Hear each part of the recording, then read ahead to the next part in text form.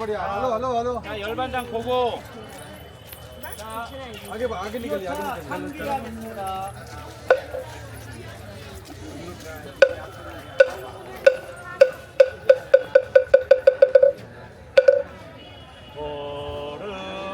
거룩한 부처님께 기도합니다.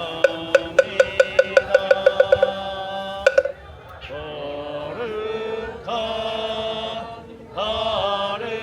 가르침에 기도합니다.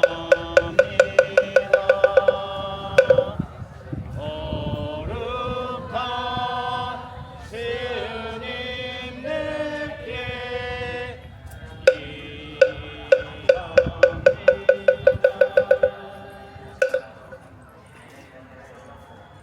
자, 정근하겠습니다. 1호차 가고 2호차 따라오세요.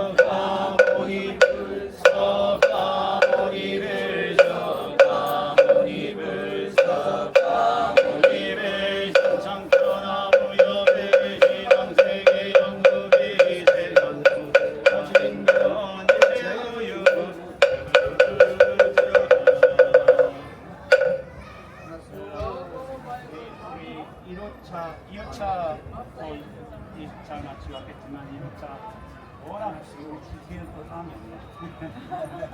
우리 워낙 번쩍해가지고 할 수 있는 상황이 아니었고 열반당 부처님 우리가 세 바퀴 돌고서 또 가사 2명을 드렸으니까 그런가 한번 이제 안에 못 돌아봤죠. 돌아보실 시간을 몇 분 정도 걸리면 5분이면 되려나? 아니, 선생님 지금 10분이니까요. 10분, 5분 정도 될 것 같습니다. 그럼 저기 옆에 다른 상수까지 거기서 만나는 것까지 괜찮아요. 따라상 거기 양쪽. 양쪽 나무 있습니다. 네. 좀 기다리고 있을게요. 5분. 그래요. 5분. 우리는 안 봤어. 지금 1호차가. 못 봐가지고. 지금 10분 정도 10분 하고서 20분까지 오는 걸로 써요. 저희는 저희 기다리고 있을게요. 이 부타에서 우리 기도 장소를 마련할 때까지 우리가 한번 이 라마마루파 부처님 나비한 곳에서 우선 서가모님을 정근하면서 한 바퀴 좀 돌아보고 하는 걸로 하겠습니다. 자, 라마바르스트팔 향해서 서 계시고 오른쪽으로 돌 겁니다. 여기 왼쪽으로 해서 이렇게 돌 겁니다.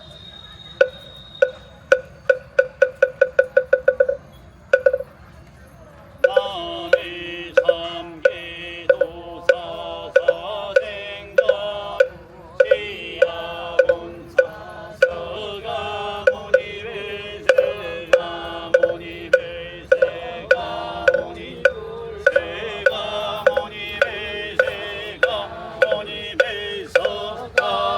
베서가모니 베서가모니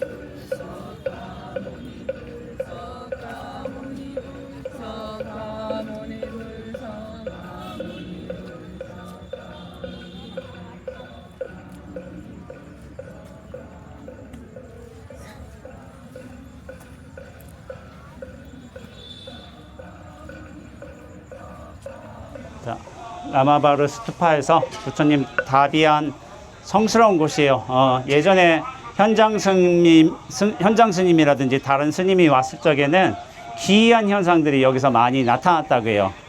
빛도 나타나고 뭐 향기도 나타나고 그런 상스러운 일들이 많이 나타났다고 해서 맨 처음에 불교가 여기서 좀 쇠퇴해졌을 때는 황폐해졌지만 나중에 이제 또 신자들이 뭐 7세기, 8세기 또 우리 열반당이 생기면서부터 그때부터 수많은 스님들과 신도님들이 이곳에 성지순례로 왔다고 합니다. 저희가 아까 전에 열반당이 있었지만 열반당에서는 뭐 분위기가 여의치 않아 가지고 여기 조용하고 한적한 곳에서 나름대로 한번 우리 공양도 올리고 한번 부처님에 대한 예를 갖춰 보도록 하겠습니다. 먼저 삼기가 있겠습니다.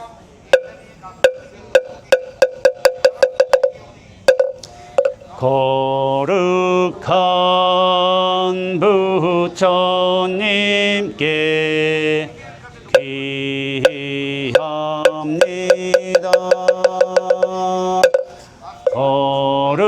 거룩한 가르침에 기합니다. 거룩한 스님들께 기합니다.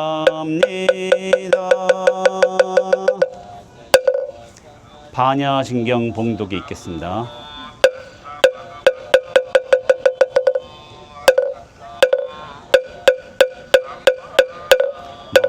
반야바라밀다신경관자대보살행심반야바라밀 조기농계공도액체고액사리자색누리공공누리 색즉시공공즉 시상행시연배여시사리자시제복공상불생불멸불구부 유증불감시고공증무생무수상해 무한이비설신의 무색성향미 내랑계내지무의식예무무명영무무명진내지무노사영무노사 미고진멸도무지영무비무소 오리살다이반야바라밀다고신무가예무가예 무유공포원리전도몽상극영열반삼세제불에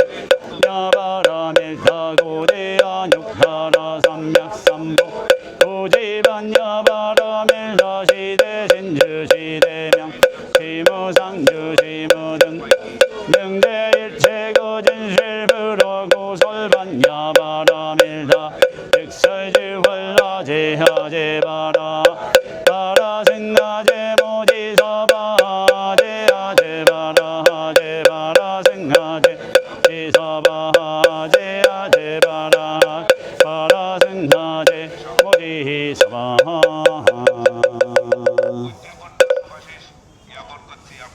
모두 자리에 앉아 주십시오.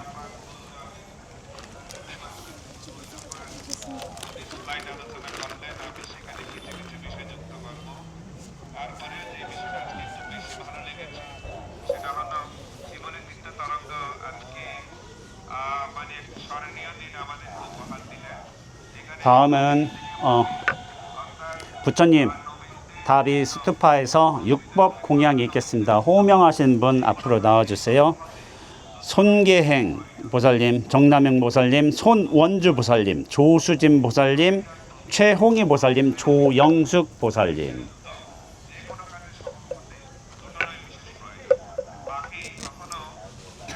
순서대로 서주세요. 손계행, 정남용, 손원주, 조수진, 최홍희, 조영숙.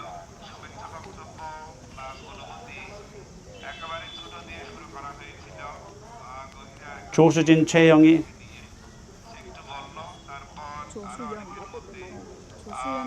조수연, 연 진으로 보냈어. 진으로 갔어요. 조수연 보살님, 최홍희, 조영숙 보살님 순서대로 쓰셨죠? 각기 육법 공양을 하도록 하겠습니다. 육법 공양은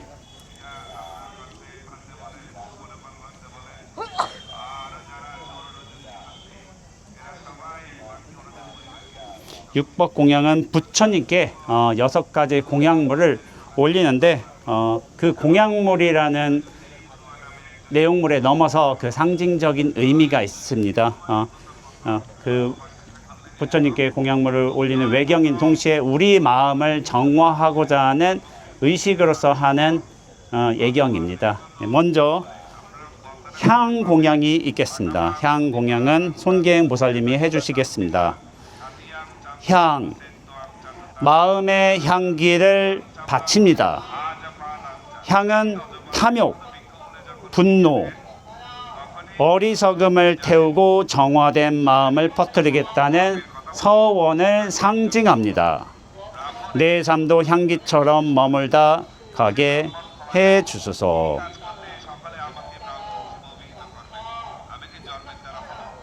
다음은 꽃 공양이 있겠습니다. 무상함과 아름다움의 상징인 꽃을 공양 드립니다. 꽃은 피고 지는 무상을 보여줍니다.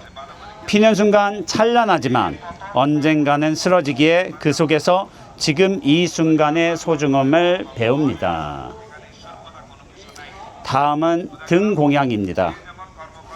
지혜의 등불을 밝힙니다. 불은 어둠을 몰아내고 진리를 드러냅니다. 부처님의 가르침이 내 삶을 비춰주길 바라는 마음입니다. 무지를 걷어내는 내면의 빛이 되길 바라는 소망을 담습니다.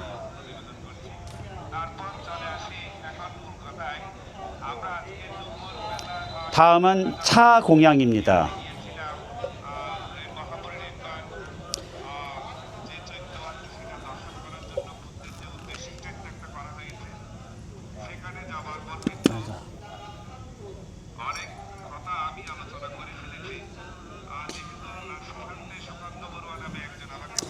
맑고 청정한 마음을 상징합니다. 맑은 물은 번뇌 없이 깨끗한 마음을 상징합니다. 자기 안의 탁한 감정과 생각을 비워내고 고요하고 청정한 마음으로 나아가겠다는 의지입니다. 차 중앙에 넣으세요.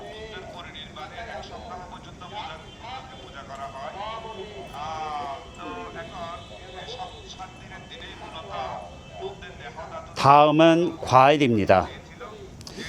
과일은 수행의 결실을 회양합니다.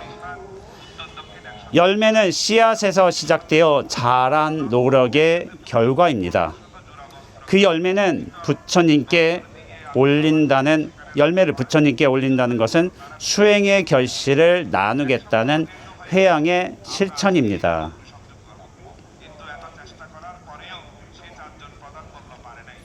다음은 쌀입니다. 삶을 유지하는 최소한의 욕망을 바르게 사용합니다. 정리 좀 해주세요. 음식은 생명을 지탱하는 근본입니다. 공간 좀 만들어주세요. 그러나 탐욕이 되지 않도록 절제하고 맑은 마음으로 이 공양을 드립니다. 이 음식이 수행의 자양분이 되게 하소서. 중간으로 그렇지.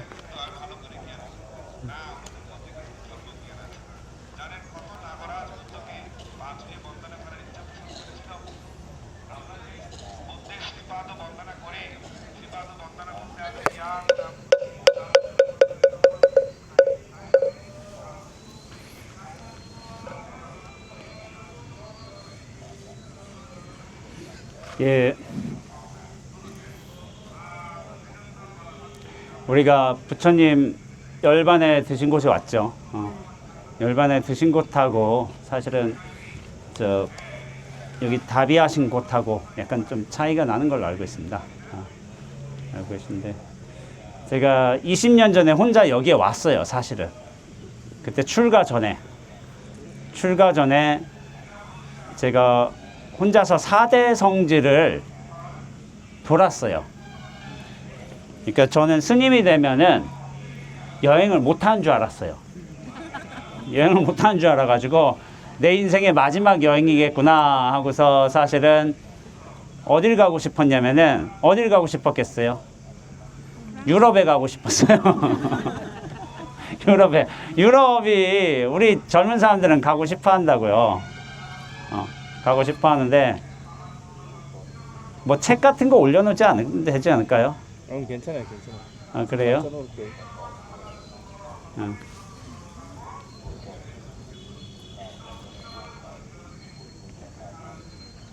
자, 유럽에 가고 싶었는데 문제가 생겼어요.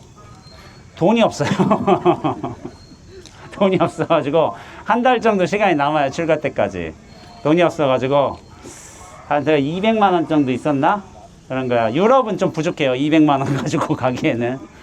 비행기값까지 하기에는. 근데 딱 보니까 인도가 되더라고요.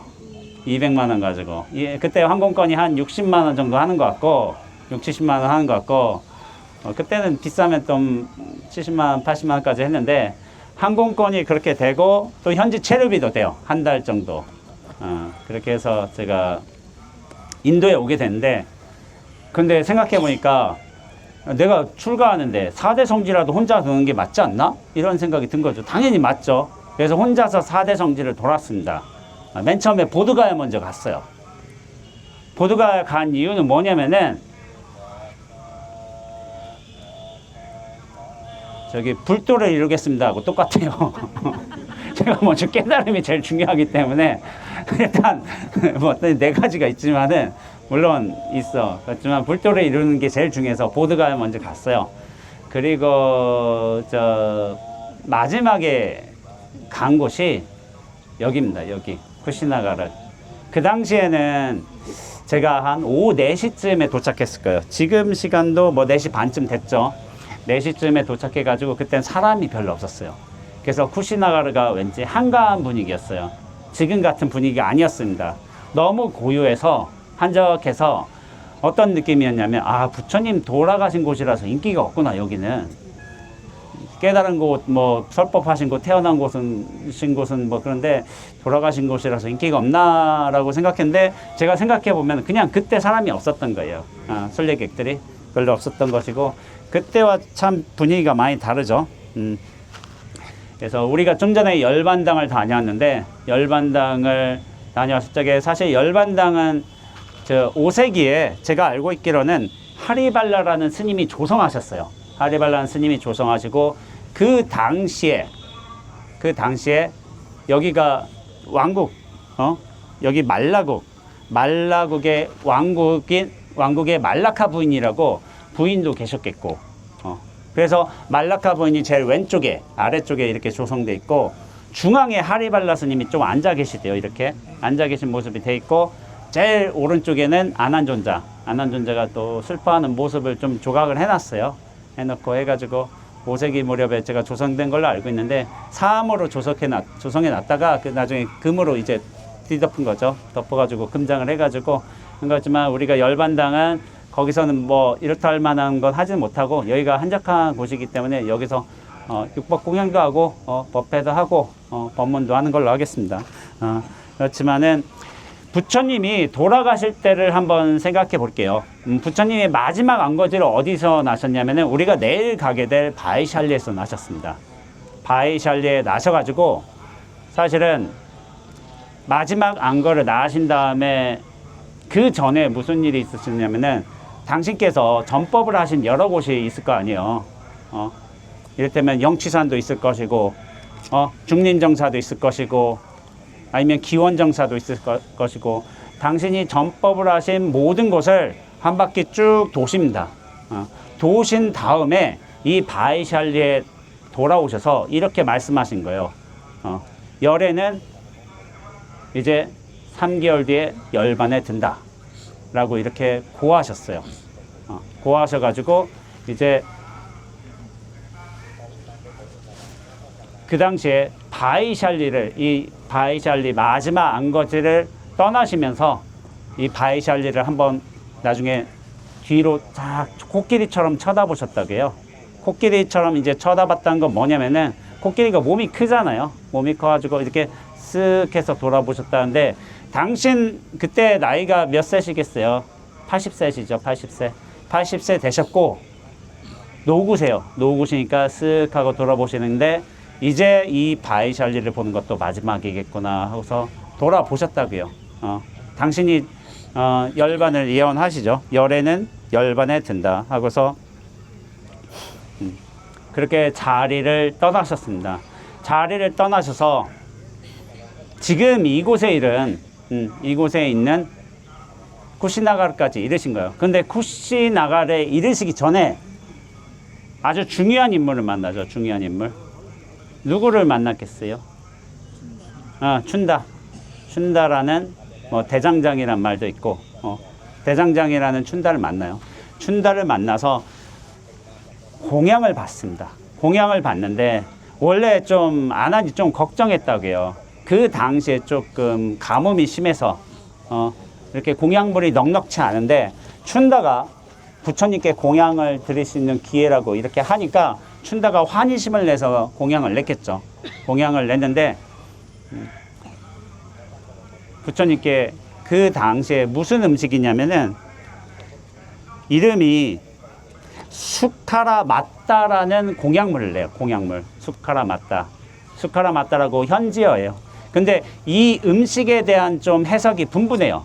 이 음식이 돼지고기다 라는 말도 있고 아니면은 송로버섯이다 라는 말도 있고 어떤 채소류의 뿌리 채소다 말도 있고 아니면 버섯과 같은 송로버섯과 같은 그런 버섯의 음식이다라고 하는 면도 있고 그리고 또 마지막으로는 그 음식이 상한 음식이었다라고 이렇게 말을 해요.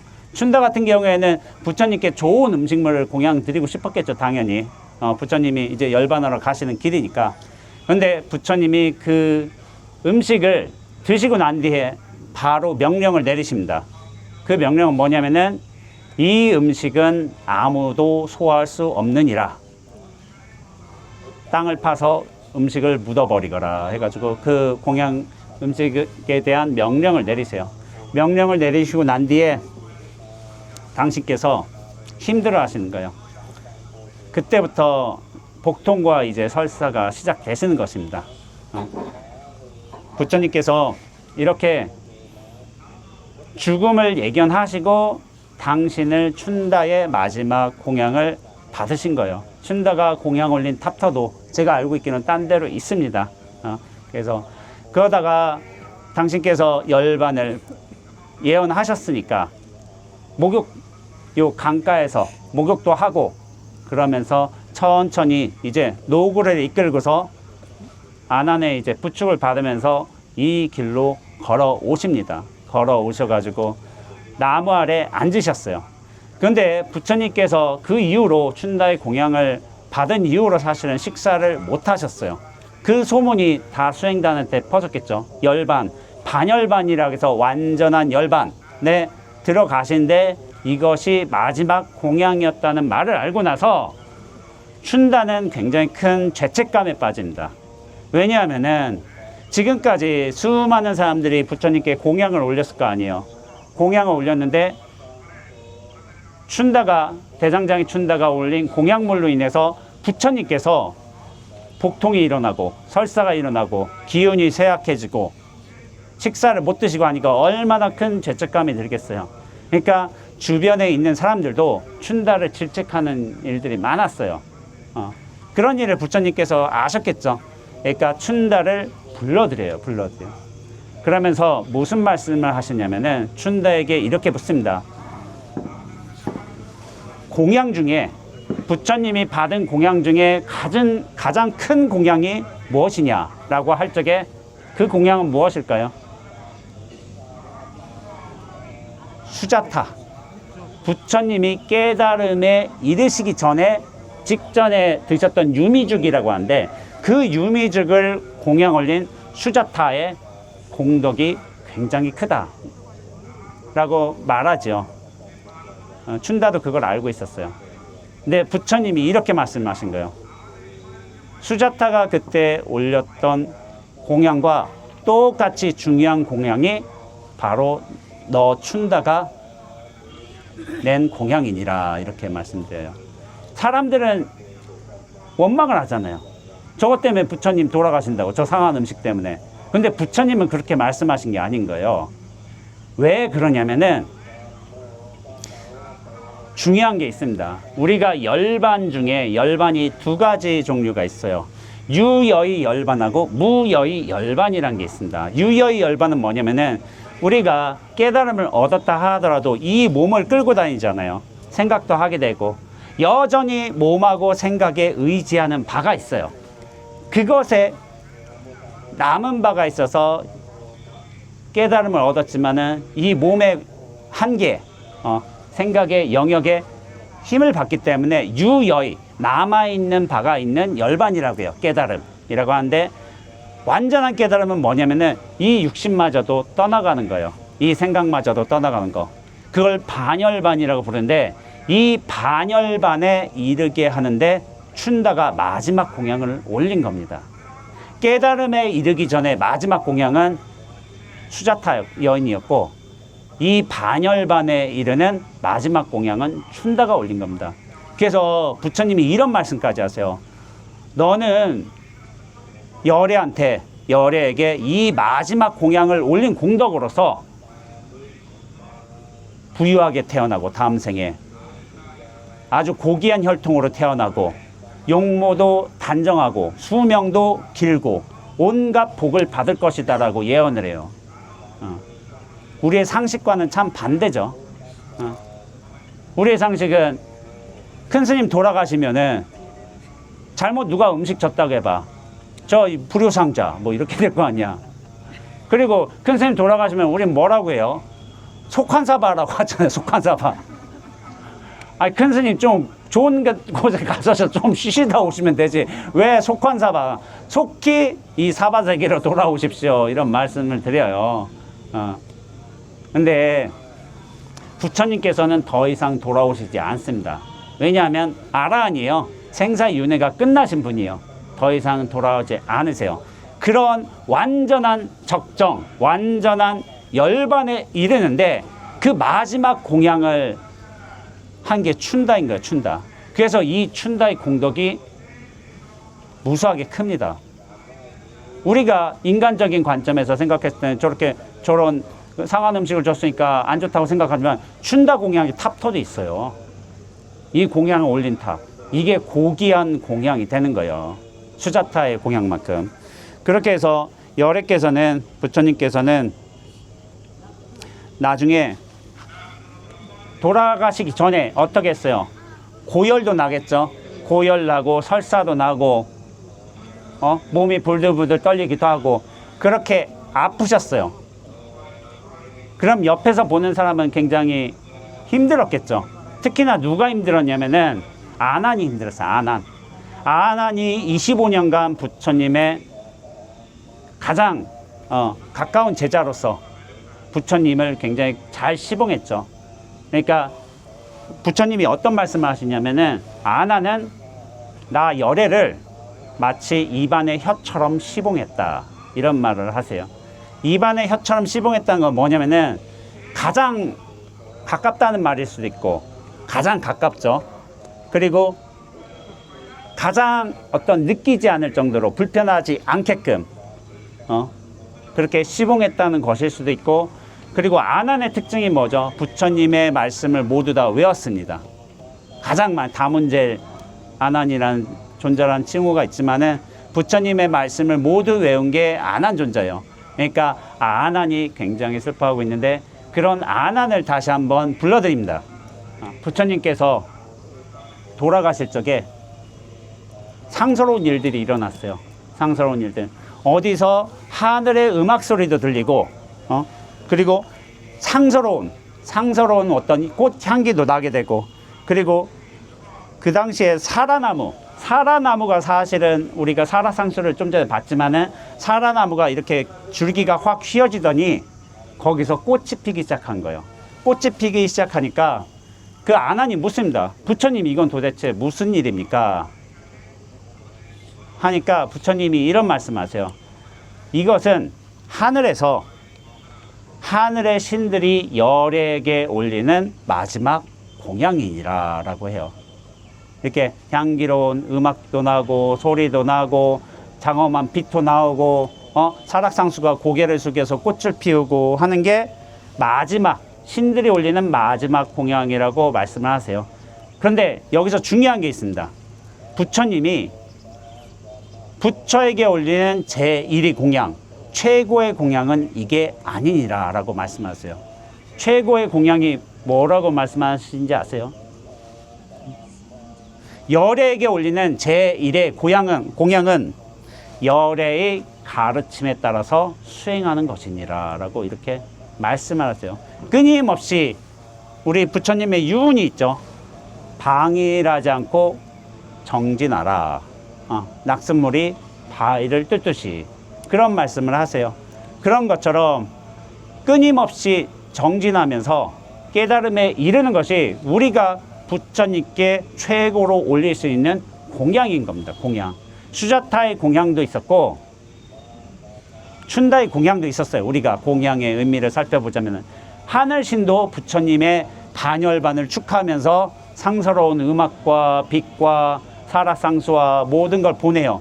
근데 부처님께서는 그게 공양이 제1의 공양이 아니라고 하셨어요. 우리가 끊임없는 수행정진으로서 깨달음에 이르는 것, 그것이 최고의 공양이라고 말씀하셨습니다. 말씀하시고 그러면서 아난이 묻습니다. 아난이 부처님이 어딜 향해 가셨는지는 사실 잘 모르겠어요. 그러나 분명히 춘다의 공양을 드시고 이런 좀 뭐랄까 숲으로, 그 당시엔 숲이었다고 해요. 숲으로 와서 이렇게 마지막 돌아가신 거예요. 돌아가실 적에 이 가사를 몇 겹으로 적고서 그때 누우셨다고 해요. 그러면서 아난에게 말씀하시기를 부처님께서 오늘 밤 열애가 열반에 든다고 전하거라, 마을 사람들한테. 근데 아난이 좀 의아했어요.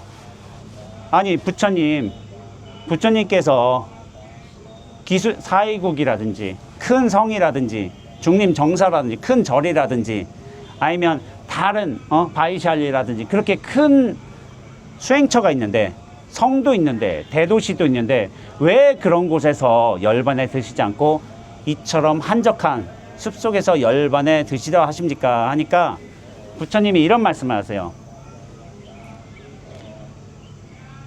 내가 이 숲에서 열반에 드는 이유는 내가 열반에 드는 것을 모두가 참여할 수 있기 때문이다. 만약 왕궁에서 열반이 든다면은 왕족이 가깝게 들고 신하들이 가까이 들고 그 권세와 재력 있는 사람들이 가까이 들 거 아니에요. 근데 숲에서 드셨잖아요. 숲에서는 온갖 동물도 그 열반에 참여할 수 있어요. 가난한 사람도 숲에서 찾아올 수가 있어요. 산천 초목도 열반을 같이 할 수가 있습니다. 어제 우리 부처님 룸비니에 태어나시면서 동서남북으로 7발짝 걸으시고 천상천하 유아독전 일체 삼계계고 아당안지라고 했잖아요. 삼계, 이 세상의 모든 존재가 고통에 휩싸여 있구나. 아당안지, 내가 마땅히 편안케 하리라. 그 편안케 한다는 건 뭐냐면은 사람한테 타는 게 아닌 거예요. 하늘의 신도 뜻하고 동물도 뜻하고 이 산천 초목도 뜻합니다. 모두를 다 편안하게 하겠다는 거예요. 그래서 우리가 진정한 깨달음에 이른다면 뭐냐면은 내가 깨닫는 거 아닌 거예요. 내가 깨닫는 거. 진정한 깨달음과 구원이 우리가 해탈이라고 한다면 뭐냐면은 자타일시, 나와 남이, 이 세상의 모든 존재가 동시에 성부라는 게 진정한 의미의 깨달음입니다. 그거를 말씀하신 것, 깨달음도 그렇지만 열반도 그래요. 열반도 부처님께서 그 모두에게 한꺼번에 보여주시려고 어떤 차별 없이 그 모습을 일러드리려고 그렇게 열반에 든다고 구하신 거예요. 그러니까 아난이 동네 사람들한테 얘기를 했겠죠. 정 급하게 가까운 동네. 그러니까 여러 사람들이 한 사람씩 찾아서 부처님께 예를 구합니다. 근데 열의 열반이 멀지가 않았어. 그렇게 되니까 어떻게 하겠어요? 가족 단위로 와서 인사를 하게 됩니다. 그러면서 마지막으로 이제 부처님의 제자가 되신 분이 있기도 해요. 그 제자가 되신 분께서는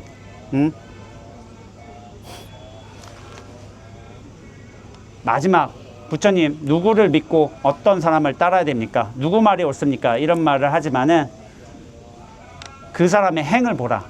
그 사람의 행을 보고 수행을 보라 하면서 그분을 따르면 된다 라고 이렇게 말씀하신데, 그럼 저는 부처님의 제자가 되도록 하겠습니다 하고서 마지막으로 이제 제자도 받으시고 열반에 드십니다. 그러면서 마지막 유언을 말씀하시죠. 돌아가시기 전에 말씀을 하십니다. 그 말씀은 뭐냐면은 세상은 덧없다. 방일하지 말고 수행 정진하라. 낙숫물이 바위를 뜰듯이. 그러면서 자기 자신을 등불로 삼고 자신을 의지하라. 또한 진리를 등불로 삼고 진리에 의지하라. 이밖에 다른 것에 의지해서는 안 된다라고 말씀을 하세요. 말씀을 하시고서 돌아가십니다. 그런데 돌아가실 적에 그 장례를 보게 된 제자가 누구였죠? 장례를 보게 된 제자, 상수제자. 가섭이죠. 가섭인데 사실 첫 제자는 사리불이었어요. 둘째 제자 목건련이었어. 왜 없었을까? 네, 먼저 돌아가셨어요. 먼저 돌아가셨는데 저는 이 장면을 한번 여러분들한테 한번 설명해 드리고 싶어요. 뭐냐면은 요 책에 나오는데 한번 이 장면을 여러분한테 읊어주고 싶어서 한번 가져왔습니다. 사리불이 부처님보다 먼저 돌아가셨어요. 반열반에 드셨어요. 그러니까 부처님께서도 자기 제자지만 나이가 많은 제자지만은 이 제자를 먼저 떠나보내야 됐어요. 이건 비견할 수 있는지 모르겠지만 부모가 자식을 먼저 보내놓은 것 같아요. 어떤 의미에서는 부모가 자식을 먼저 보내는데 그 자식도 깨달은 사람이고 부모도 깨달은 사람이에요. 스승도 제자도. 그런 두 분의 어떤 대화가 저는 굉장히 인상적이어서 이 자리에서 한번 읊어드리려고 제가 가져왔습니다. 사리불이 반열반에 들기 위해서 고향으로 떠나려고 해요. 고향으로 떠나려고 하니까 부처님과 이별하는 장면입니다. 바이샬리의 벨루가에서 마지막 안거를 보내신 후 기원장사에 갔을 적에 사리불이 이렇게 마지막 인사를 옵니다. 사리불이 부처님이시여 저는 이제 고향에 가서 반열반에 들겠습니다. 부처님은 그대가 때를 잘 알 것이다 라고 말씀하셔요. 부처님이시여 부처님과 저는 헤아릴 수 없는 많은 생 동안 윤회하면서 계속 만나왔습니다. 때로는 형과 아우로, 때로는 스승과 제자로 만나 서로를 의지하며 바라미를 닦았습니다. 하지만 일주일 후면 저는 반열반에 들어갑니다. 이것이 부처님과 제가 만나는 마지막입니다. 부처님께서도 아라한이시기 때문에 반열반에 들면 다시 태어난 일이 없고 저도 아라한이기 때문에 반열반에 들면 다시 태어난 일이 없기에 이제 더 이상 만나는 일은 없을 것입니다. 이 자리가 부처님과 저의 마지막 자리입니다. 그동안 참으로 고마웠습니다. 부처님, 저는 이만 떠나겠습니다. 하고서 그렇게 마지막으로 부처님을 뵙고 나서 사리불 존자는 3배의 예를 올립니다. 그래서 그 사리불이 마을을 떠나서 기원정사를 떠나서 그 모습이 보이지 않을 때까지 한 걸음 한 걸음 뒷걸음으로 가셨다고요. 부처님을 뵈면서 얼굴을 뵈면서 뒷걸음으로 이렇게 가셨다고요. 그러니까 부처님께서 주위에 비구들한테 말씀하셨어요. 사리불이 마지막 길을 떠난다. 잘 배웅해 주거라 하고서 멀리서 이제 지켜보셨다고요. 그러니까 깨달은 도인들의 마지막 인사는 이렇게 좀 말끔해요. 우리는 막 울고 속환사바 하시라고 우리는 중생의 어떤 기질이 강하죠. 여전히 좀 그립고 그런 측면이 있죠. 근데 부처님도 굉장히 담담하게 제자가 먼저 죽으러 가는 모습을 보셨어요. 근데 사리불만 그렇겠어요? 목건련도 그렇게 인사를 하고 갔겠죠. 그러면서 당신께서 마지막에 열반에 드셨습니다. 그 당시에 가장 나이가 많은 제자가 사실은 마하가섭이었던 거예요.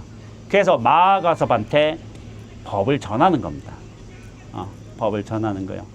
그 마하가섭이 근데 장례에 오지 않았어.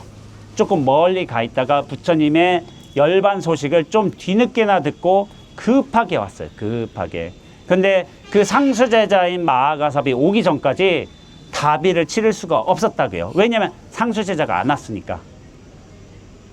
헐레벌떡 그때는 우리가 지금 저 룸비니에서 이렇게 뭐 8시간에 걸쳐서 이렇게 왔지만은 그 당시에는 이게 8시간 만에 올 수 있는 게 아닌 거예요. 부처님 열반에 드신다고 고하셨을 때도 일주일 동안 소문이 들어갈 때도 걸릴 것이고 또 한번 귀에 들릴 것도 있을 것이고 마하가섭도 나이가 많아서 올 때까지 또 시간이 걸린 거예요.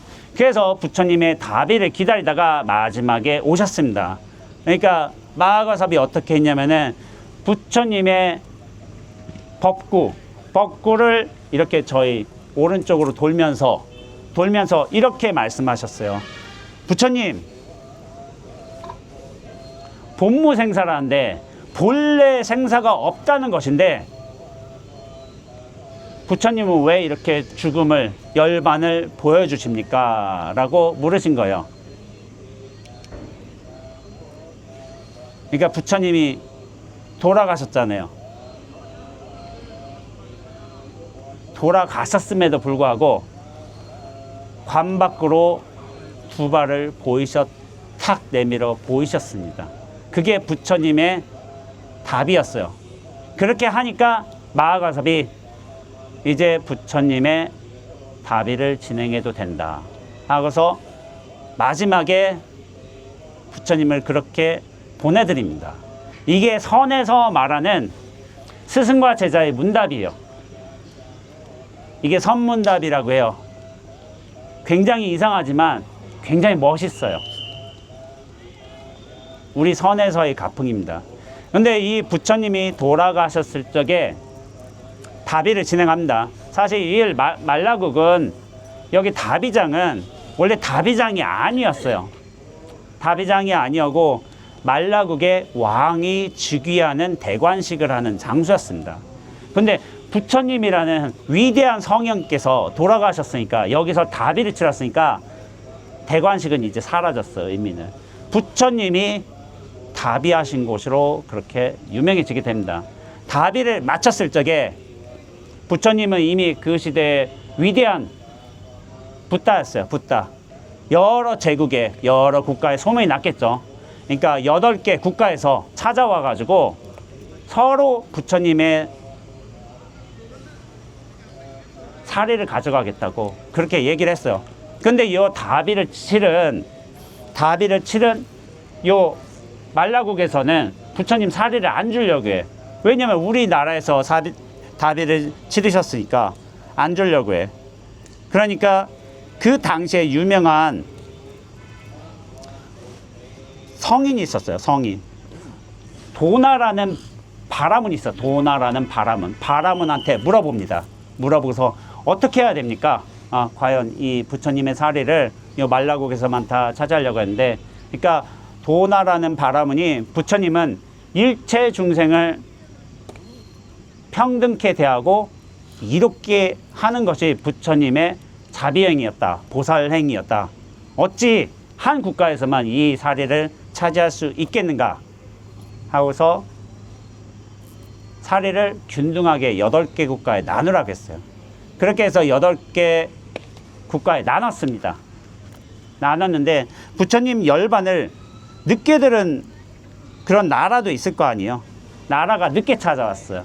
늦게 찾아오니까 어떻게 하겠어? 사리는 이미 다 가져갔다냐. 8개 국가로. 그러니까 그 나라는 부처님의 사리를 마친, 다비를 마친 제라도 가져갔어. 제라도 가져갔고, 그리고 마지막 이 도나라는 바라문은 그 사리하고 제를 담던 그 사리함, 용기를 또 가져갑니다. 도나라는 바라문은. 원래 그래서 사리가 8개 국가로 나뉘게 되었어요. 8개 국가로 나뉘어서 이게 근본 8탑을 형성하게 됩니다. 근본 8탑을 형성하게 되고, 그런데 10탑이라고 하기도 해요. 그 10탑은 뭐냐면은 부처님 사리를 수습하고 남은 제하고 그 사리 담던 용기까지 합쳐서, 용기도 나중에는 탑이 됩니다. 탑이 형성이 됩니다. 그래서 10탑이 형성이 됩니다. 여러분은 이제 부처님을 마지막 모신 자리, 그리고 여기서 보내드린 자리에 와 있어요. 우리 꾸시나가를 지금 다 끝날 시간이 되지만은 이 공연 공간에서 와 있기 때문에 여러분 부처님의 마지막이 이렇겠다 하는 걸 생각하는 마음으로 여기서 법문을 마치고 마지막 3기 축원을 하고 3기 진행하도록 하겠습니다.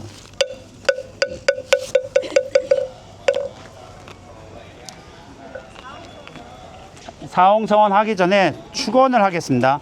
오늘 설판을 모셔주신 고현철 불자님, 열반지 꾸시나가라에서의 축원을 하겠습니다.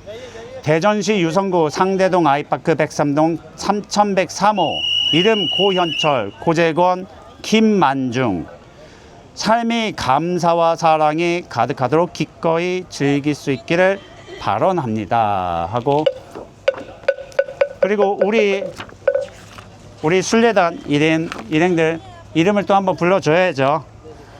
불타행사 고문 선덕화, 손계행, 정경승, 황연신, 한달수, 백승원, 이진은, 김혜정, 이경희, 최윤영, 최재원, 조수연, 최홍희, 우종민, 노태열, 김연순, 정정인, 문정혜, 이영남, 혜신 스님, 손전익, 손원주, 정남영, 한진수, 전대한, 조영숙, 이영숙, 서희자, 이금란, 금순환, 이승진, 차인자, 이정옥, 강대관, 임기분, 김비어경, 김난희, 임선, 김승혜, 윤지용, 비구원재.